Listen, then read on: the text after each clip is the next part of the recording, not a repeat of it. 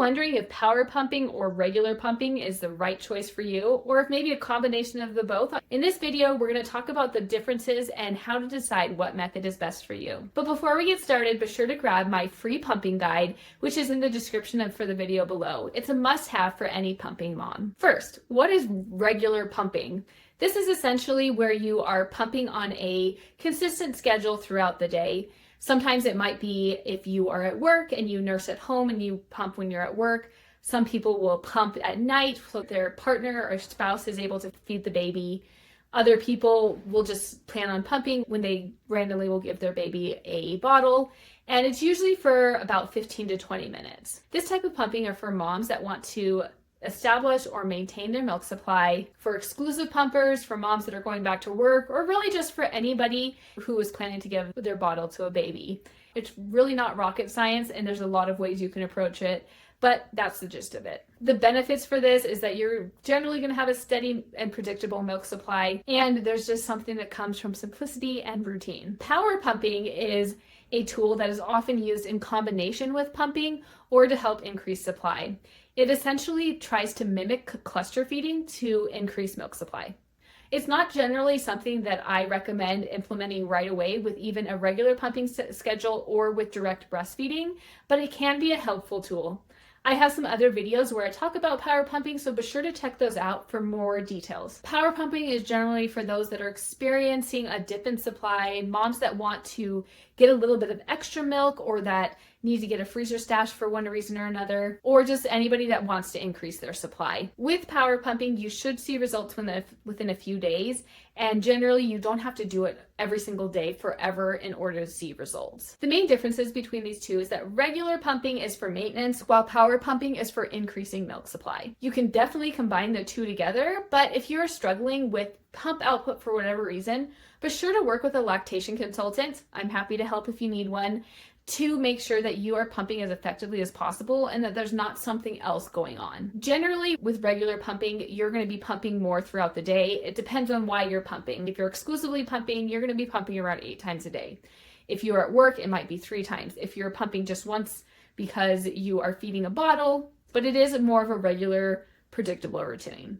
With power pumping, I generally recommend it just once a day. You generally will replace one of your regular pumping sessions with a power pumping session instead. Obviously, if you're exclusively pumping, you're going to be pumping all day anyways, but power pumping can be a little bit more of a time commitment because you have to sit down for about an hour to do it. This can be less flexible for some people, especially if you have a baby that wants you to hold them. So some of the pros and cons of both. With regular pumping, it is routine, it's generally predictable, and it's a necessity for many moms. With power pumping, it's beneficial for those that are wanting to increase their supply. However, with regular pumping, it may not be enough to boost your supply if you are experiencing a dip. However, sometimes you can do other things like adding in another pumping session or adjusting when you are pumping. With power pumping, it can be a very effective tool. I have seen it work many times in my practice. And it's generally designed for the short term. So even though it is more time intensive, you generally don't have to keep it up forever. It can be tiring though. It can make you really hate your pump, and it's just not sustainable for a long time. So how to decide which one's right for you?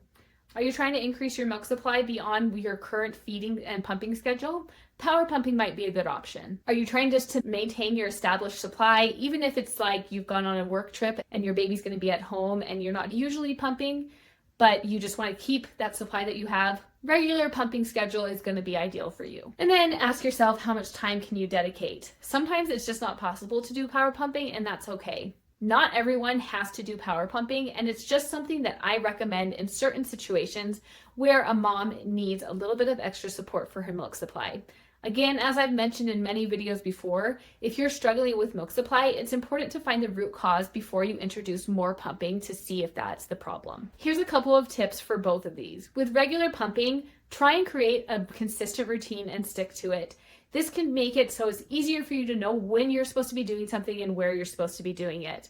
Obviously, if you're incorporating it with a feeding schedule, that can be a little more tricky, but with exclusive pumping, you can make it pretty predictable. I find that hands-free pumping bras can be really beneficial, and while I am not a huge fan of wearable pumps, I do find that they can be helpful in a pinch when you feel like you aren't able to do a pumping session when you need to, for whatever reason. However, I would just do a wearable session once or twice a day if that's happening with you, because your traditional pump is going to be a lot better. You also just want to stay hydrated and nourished and taking care of yourself, because pumping does take a lot out of you and it's important to take care of you. With power pumping, pick a time of day where you are relaxed and can be uninterrupted. I find that a lot of moms tend to pick power pumping at night after their baby goes to bed and when there might be a little bit longer of a stretch.